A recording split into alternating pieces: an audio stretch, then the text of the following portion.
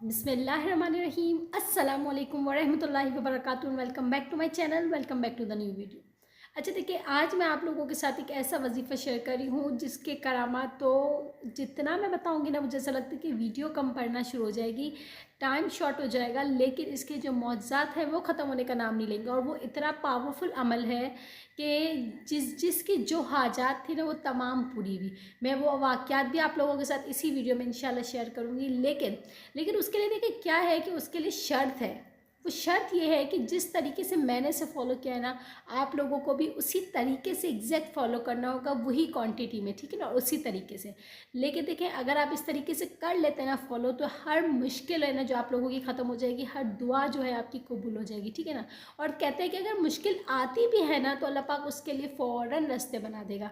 तो देखिए, जो अमल है वो ये है कि आप लोगों को दुरूद इब्राहिमी, अस्तगफार और तहज्जुद, ये 3 चीज़ों का 7 डेज़ का चैलेंज करना है, ठीक है ना। 7 दिन का ये चैलेंज होता है, लेकिन इसको इस तरीके से करना है कि आप लोगों का 7 डेज़ टूटना नहीं चाहिए। अब मैं आपको बताती हूँ प्रोसीजर क्या है, और फिर उसके एक एक करके फजीलत बताऊँगी और पूरा तरीका बताऊँगी। वीडियो को एंड तक ज़रूर देखना, वीडियो को मिस ना करना, छोड़ना नहीं, ठीक है ना। अच्छा देखिए, वैसे तो ये 7 डेज़ का ये अमल है, लेकिन जो लेडीज़ बीच में छोड़ देती है, कोई वजह से एक दिन स्किप हो जाता है या कुछ और वजह से, तो आप लोगों को वो फिर जो स्किप हुआ है ना, उसको छोड़ के फिर से न्यू रिवर्स में स्टार्ट करना होगा, ठीक है ना। मीन्स अगर लगातार नहीं कर पा रहे हो, आपने ट्यूसडे वेडनेसडे को एक दिन आपने स्किप कर दिया, तो फिर आपको फिर से वो आपका 7 डेज़ का अमल फिर से आपको इसको शुरू करना होगा, ये चैलेंज आपको फिर से शुरू करना होगा। और इंशाल्लाह मेरी दुआ है कि इस अमल के सदक़े में, इस अमल की बरकत से अल्लाह पाक आपके तमाम के तमाम मसले जो है ना वो हल कर देगा इंशाल्लाह, ठीक है ना। अच्छा, मैं एक और बात भी साथ साथ क्लियर करती चलूँ कि मैंने एक कमेंट आया था, मुझे एक भाई का आया था मेरे उस पर फेसबुक वाले उस पर ग्रुप पे। उनका ये कहना था कि मैं जो दुआ करता हूँ या जो मैं पढ़ता हूँ, बदले में मेरे लिए तो और मुसीबत हो जाती है। कैसे? वो उन भाई का कहना ये था कि मैंने जब जब दुरूद पाक शुरू किया, तो बदले में मेरे लिए तो और मुसीबतें खुलना शुरू हो गई, मेरे तो और मसले बढ़ना शुरू हो गए, मैं तो और परेशान हो गया। तो देखें, मैं आप लोगों की एक टेंशन भी साथ साथ ख़त्म करती चलूँ, एक मसला भी आप लोगों का जो है वो भी मैं ख़त्म करती चलूँ। आप लोगों को मैं बता दूँ कि अगर आप लोग सोचते हैं कि मेरा जो मसला है, ज़ाती मेरे मसले ख़त्म नहीं हो रहे, मैं तो इस्तग़फ़ार भी कर रहा हूँ, मैं तो दुरूद भी पढ़ रहा हूँ, लेकिन मेरे मसले दिन ब दिन बढ़ रहे हैं, बदले में कम नहीं हो रहे, तो देखिए मैं आपको इसका हल बताती हूँ। हमारा हल ये है कि हम बहुत जल्दी बदगुमान हो जाते हैं, बहुत जल्दी उम्मीदें लगा के, और बहुत जल्दी रिजल्ट चाहिए होते। देखिए, जब हमारी तरफ अच्छी होगी ना, तो हमारे रिजल्ट्स भी अच्छे होंगे, हमारे रिजल्ट्स भी फास्ट होंगे। बस हमें तरफ नहीं है। हम कहते हैं ना, दुआ को वो रटी रटाई ना करो। आप ज़बान से दुआ को आपने याद की हुई, अल्लाह मुझे ये दे दे, ये दे दे, ये दे दे, नहीं, इस तरीके से नहीं करना। हमें तो दुआ को तरफ से मांगना है, जो दिल से मांगने को निकले ना वो लफ्ज़ मांगो, तो देखो वो अर्श पे पहुंचेगी।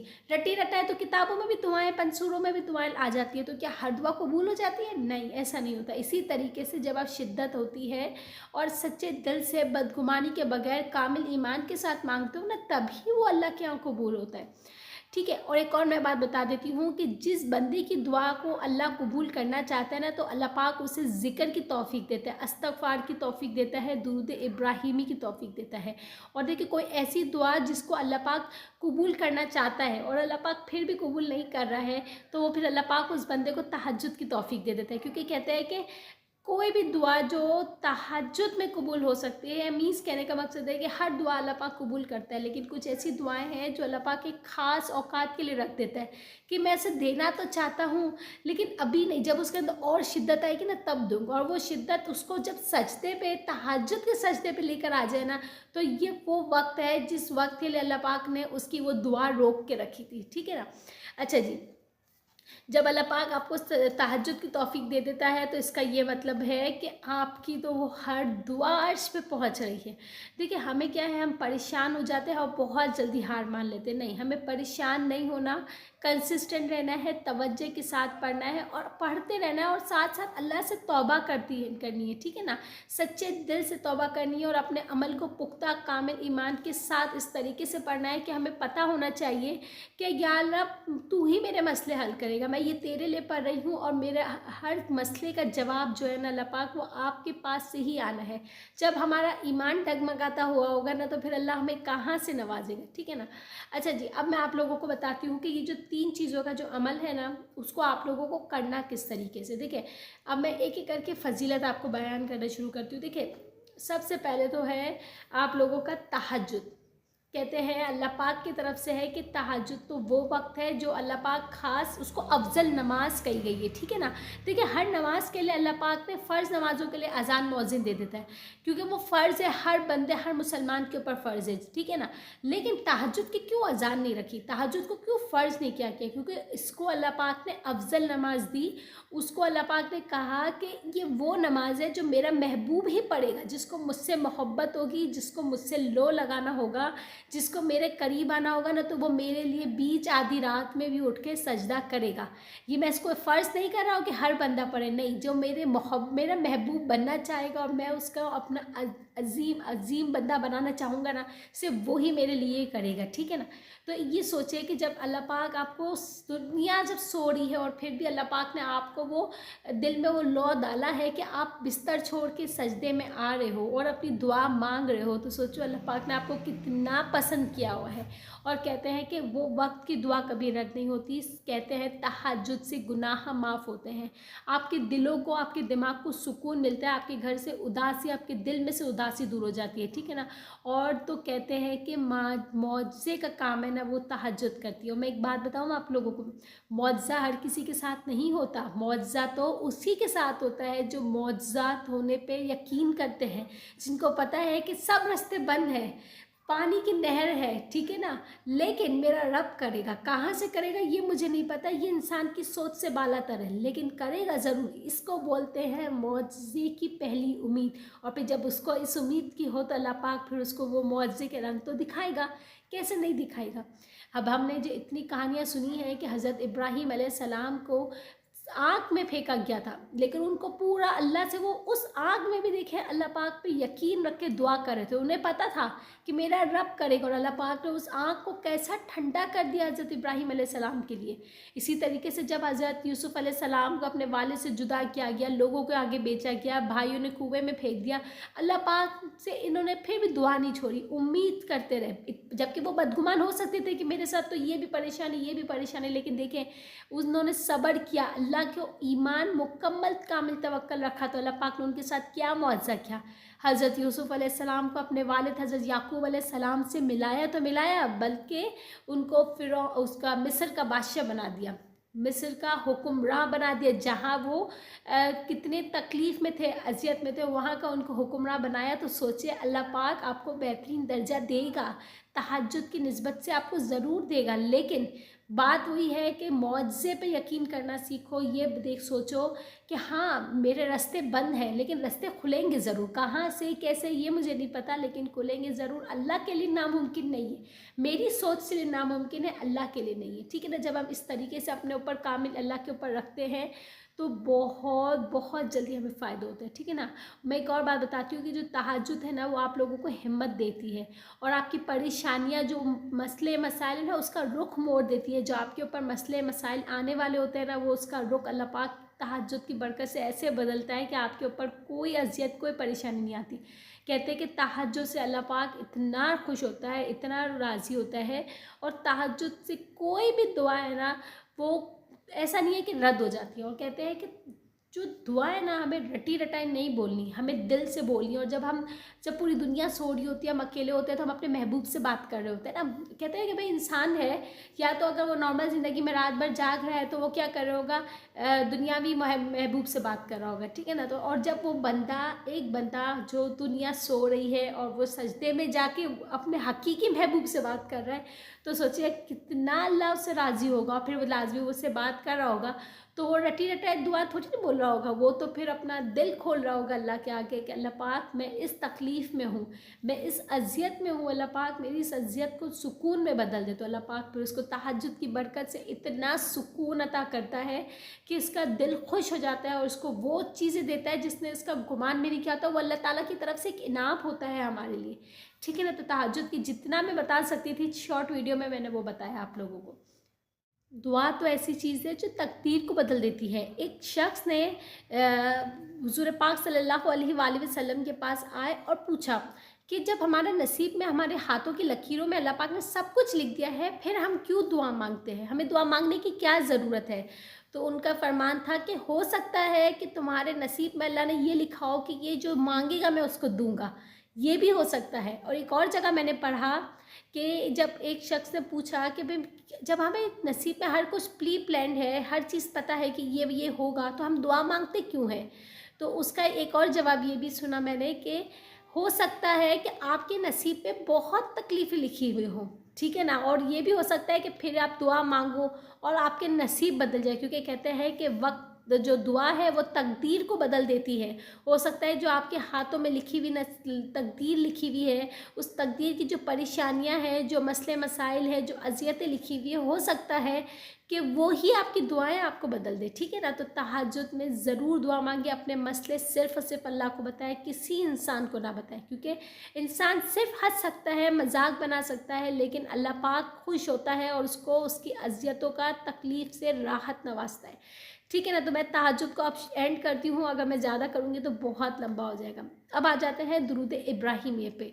दुरूद, देखिए हुज़ूर पाक सल्लल्लाहु अलैहि वसल्लम पर दुरूद भेजना तो ऐसा है कि हम उनको अपनी मोहब्बत का इजहार कर रहे हैं, ठीक है ना। और जो बंदा कसरत से दुरूद पाक पढ़ता है, अल्लाह पाक उसको तमाम गुनाहों को माफ़ करता है। और हुज़ूर पाक सल्लल्लाहु अलैहि वसल्लम से ये इजहार मोहब्बत है, और इसकी वजह से अल्लाह पाक हमसे राज़ी हो के हमारे हर दुआओं को है ना अर्श पे कबूलियत का दर्जा देता है, ठीक है ना। तो मैं सबसे पहले एक बात बता देती हूँ, एक वाक़या है जो मैंने सोशल मीडिया पे ही पढ़ा, मैं वहीं से ले रही हूँ कि एक शख्स था जिसके यहाँ पे बच्चे की विलादत होने वाली थी। अब हॉस्पिटल गया तो हॉस्पिटल में बच्चा और माँ दोनों की कंडीशन बहुत ख़राब थी। डॉक्टर ने कहा कि हम दोनों में से किसी एक को भी बचाएंगे, बहुत मुश्किल है दो को बचाना।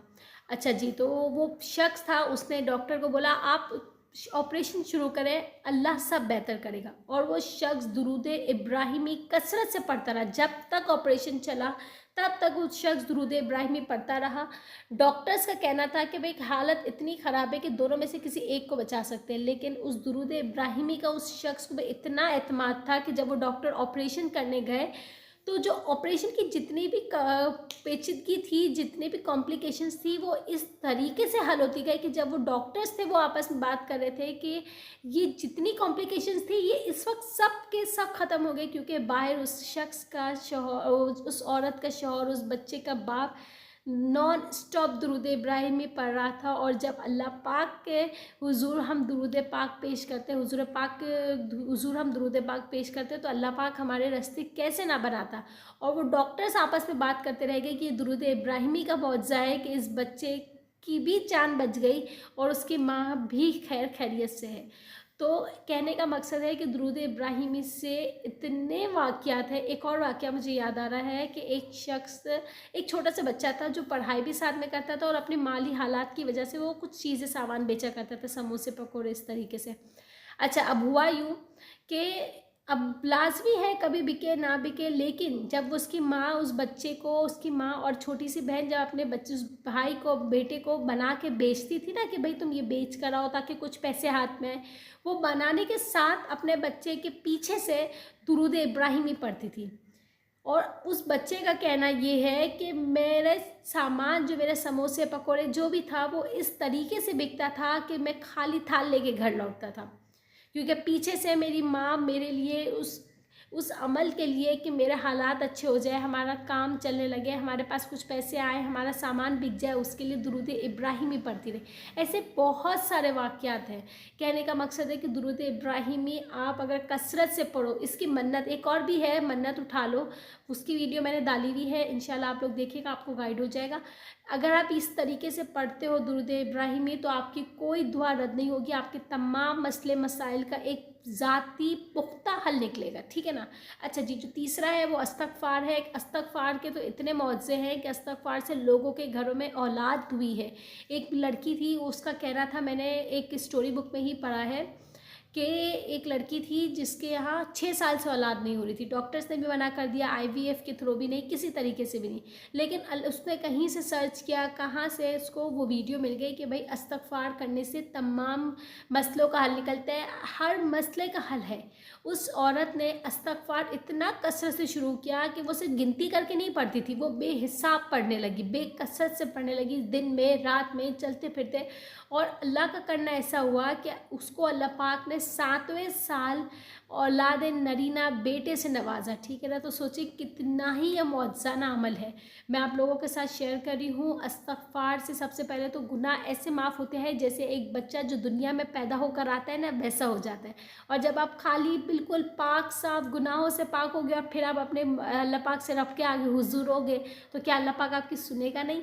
तो ये बहुत पावरफुल अमल मैं आप लोगों के साथ लेके आ रही हूँ। ये एक कॉम्बिनेशन है, ठीक है ना। हमेशा मैंने बताया है तहज्जुद की अलग फजीलत, इस्तिग़फ़ार की अलग, दुरूद इब्राहिमी की अलग, लेकिन ये जो मैं 7 डेज़ का चैलेंज बता रही हूँ ना, इसकी मैं गारंटीड देती हूँ कि इंशाल्लाह आप इसके पहले आदी हो जाओगे, इस तरीके से पढ़ोगे तो इंशाल्लाह अल्लाह ने चाहा, मेरी दुआ है कि आपके जो मसले मसाइल जो आपके दिलों में रुके हुए हैं, जो दिलों की हाजतें आप लोगों की रुकी हुई हैं, अल्लाह पाक सब के सब मसले आप लोगों के लिए हल कर देगा। लेकिन देखिए शर्त यह है, नागा नहीं करना, कोई भी हालत में नागा नहीं करना। 7 डेज़ पहले आपको सेलेक्ट कर लेना है, ठीक है ना। ये 7 डेज़ का 3 टाइम ये चैलेंज होगा। लेकिन आपका कहने का मकसद है, जब आप पहले हफ्ते में कामयाब हो जाओगे तो आपको खुद ब खुद दिल चाहेगा कि अब मैं एक और 7 डेज़ का करूँ। जब दूसरे हफ्ते में हो जाओगे तो आपका दिल चाहेगा कि मैं तीसरे हफ्ते करूँ। 3 हफ्ते के अंदर ये प्रोसेस होने वाला है, और इसकी तौफीक भी सिर्फ अल्लाह की तरफ से ही आएगी। जब अल्लाह पाक आपको तौफीक देगा तो इंशाल्लाह आप ये आज से ही शुरू कर दोगे, ठीक है ना। ये ऐसा अमल है जिसके इतने असरात हैं कि कोई जादू है या कोई असरात है या कोई शैतानी नज़र है, बद नज़र है, सब कुछ ठीक हो जाएगा। 21 डेज़ का ये चैलेंज करना है, किसी भी टाइम कर सकते हो। सबसे पहले शुरुआत कहाँ से करनी है वो सुन लो। सबसे पहले आप लोगों को पढ़नी है रात को उठ के तहज्जुद, ठीक है ना। आपने तहज्जुद पढ़ ली, तहज्जुद के बाद फिर आप लोगों को पढ़ना है इस्तिग़फ़ार। 10,000 दफ़ा इस्तिग़फ़ार पढ़ना है। आपके पास पूरा दिन पड़ा है 24 घंटे, ठीक है ना। और आपको दुरूद इब्राहिमी आपको पढ़ना है 313 दफ़ा, ठीक है ना। अब देखिए कोई पाबंदी नहीं है कि आप एक साथ ही पढ़ लो, 1 सिटिंग में पढ़ लो, नहीं। आप देखिए आपने तहज्जुद पढ़ा, अब आपने उस वक्त आपने 2000 दाने पढ़ लिए इस्तिग़फ़ार के। इस्तिग़फ़ार पढ़ना बहुत छोटा है और बहुत जल्दी हो जाता है। आपने तहज्जुद के वक्त 2000 पढ़ लिए, फिर आपने ज़ोहर की नमाज़ के बाद आपने 3000 5000 पढ़ लिए, असर मगरिब के दौरान आपने बैठ के 1000 की तस्बीह पढ़ ली। तो ये आसान है, ठीक है ना। कोई पाबंदी नहीं है कि आप एक साथ ही इसको 10,000 कंप्लीट करो, नहीं। आप वक्फे से पूरे दिन में जब आपको टाइम मिला, इशा के बाद आपके पास ज़्यादा लंबा टाइम है, बच्चे सोए हुए हैं, आपने पढ़ लिया ज़्यादा। लेकिन शर्त यह है कि आप लोगों को जब आप वक्फे से पढ़ो तो हर दफ़ा शुरू होने से पहले अव्वल व आखिर दुरूद शरीफ लाजमी पढ़ लेना, ठीक है ना। और अगर 1 सिटिंग में पढ़ते हो, एक ही दफ़ा में पढ़ते हो, तो फिर वो अव्वल व आखिर दुरूद शरीफ 1 टाइम पढ़ लेना। लेकिन अगर वक्फे से है कि 2 दफ़ा, फिर 5000, फिर 3000, फिर 2000, तो अव्वल व आखिर 3 दफ़ा दुरूद शरीफ पढ़ लेना, इस तरीके से करना। और दुरूद इब्राहिमी, बार बार तंजीना मुँह में आ रहा है, दुरूद इब्राहिमी भी आपको 313 दफ़ा पढ़ना है। अब आपकी मर्ज़ी है, 300 दाने एक दफ़ा पढ़ लो, 13 दाने एक दफ़ा पढ़ लो, 100 करके 3 दफ़ा कोई भी नमाज के बाद पढ़ लो, अव्वल व आखिर दुरूद शरीफ के साथ, ठीक है ना। मीन्स आपका डेली बेसिस पे तहज्जुद के बाद इस्तिग़फ़ार 10,000 टाइम्स और 313 दफ़ा दुरूद इब्राहिमी होगा, ठीक है ना। ये आपका 7 डेज़ चैलेंज चलेगा। इसका मतलब आपने 7 दिन 7 तहज्जुदें पढ़ी, 7 दिन आप लोगों ने पढ़ा है 70,000 इस्तिग़फ़ार, और आपने 313 मरतबा मल्टीप्लाई बाय 7 कर लो तो उतनी आपने पढ़ी है दुरूद इब्राहिमी, ठीक है ना। ये पूरा आपको हफ्ते भर का प्रोसेस करना है। अगर इसमें बीच में छोड़ देते हो तो फिर से शुरू करना, कोई मसले वाली बात नहीं है। और कहते हैं कि हमने तहज्जुद 7 दिन की पढ़ी, 7 दिन के बाद हमने छोड़ दी तो तहज्जुद हमें बद्दुआएं देगी, नहीं, कोई इबादत हमें बद्दुआएं नहीं देती, ठीक है ना। जब इंसान की बद्दुआएं नहीं लगती हैं तो क्या नमाजों की बद्दुआएं लगेंगी? नहीं, ये गलत सोच है। ऐसी सोच को हमें ख़त्म करना है, ऐसा कुछ भी नहीं है। जब आप 7 डेज़ का चैलेंज कर लो, फिर 7 डेज़ का एक और रिपीट। अच्छा जी, इसके बाद आपको खूब रो के अल्लाह पाक के हुजूर दुआएं करनी है। जो भी मसले मसाइल है, रटी रटी दुआएं नहीं करनी, जो दिल से आप मांगना चाहते हो ना, जो दिल आपका बोल पड़े, वो दुआएं करनी है। और रो के कसरत से अल्लाह के आगे गिर गिरा कर दुआएं करनी है। बेशक अल्लाह पाक ही है जो हमारे मसले हल करे।